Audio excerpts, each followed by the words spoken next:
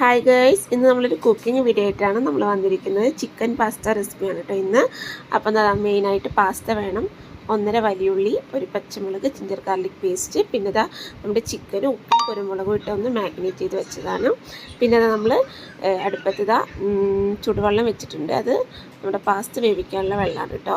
പിന്നെ ഞാൻ മസാല റെഡിയാക്കാനുള്ള പാന് വെച്ചിട്ടുണ്ട്, ഗ്യാസ് ഓണാക്കി കൊടുത്തിട്ടുണ്ട്. അതിനുശേഷം ഓയിൽ ഒഴിച്ചു കൊടുക്കുന്നുണ്ട്, ആവശ്യത്തിനനുസരിച്ചിട്ട് ഓയിൽ ഒഴിച്ചു കൊടുക്കുക.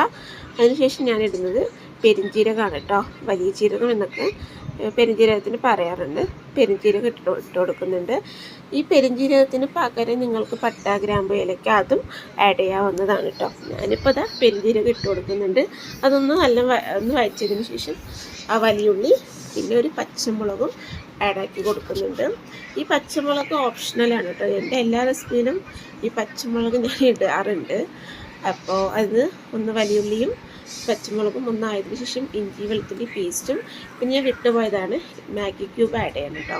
2 മാഗി ക്യൂബും ആഡ് ചെയ്ത് കൊടുക്കുക. പിന്നെ ഒരു 1.5 തക്കാളി ഞാനൊന്ന് മിക്സിയിലിട്ട് അരച്ച് വെച്ചിട്ടുണ്ട്, അതും കൂടെ ആഡ് ചെയ്ത് കൊടുക്കുന്നുണ്ട്.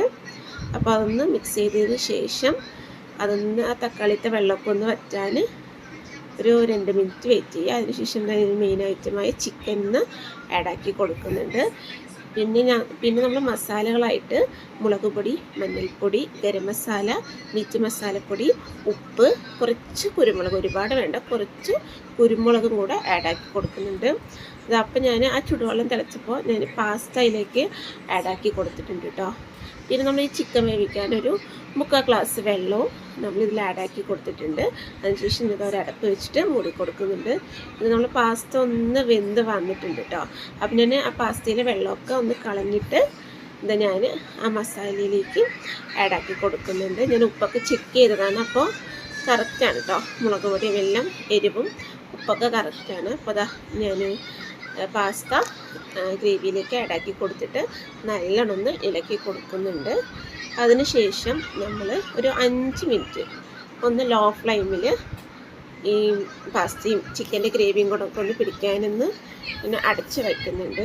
എൻ്റെ മോന് തൊട്ടപ്പുറത്ത് തന്നെ ഉണ്ട്, മമ്മം എന്ന് പറഞ്ഞിട്ട് കേട്ടോ. അപ്പോൾ ഒന്നും കൂടെ ഇളക്കി കൊടുത്തിട്ട് ഫ്ലെയിം ഓഫ് ചെയ്യാണ്. അപ്പോൾ എൻ്റെ ഈ ഒരു കുഞ്ഞു വീഡിയോ എല്ലാവർക്കും ഇഷ്ടമായെന്ന് വിചാരിക്കുന്നു.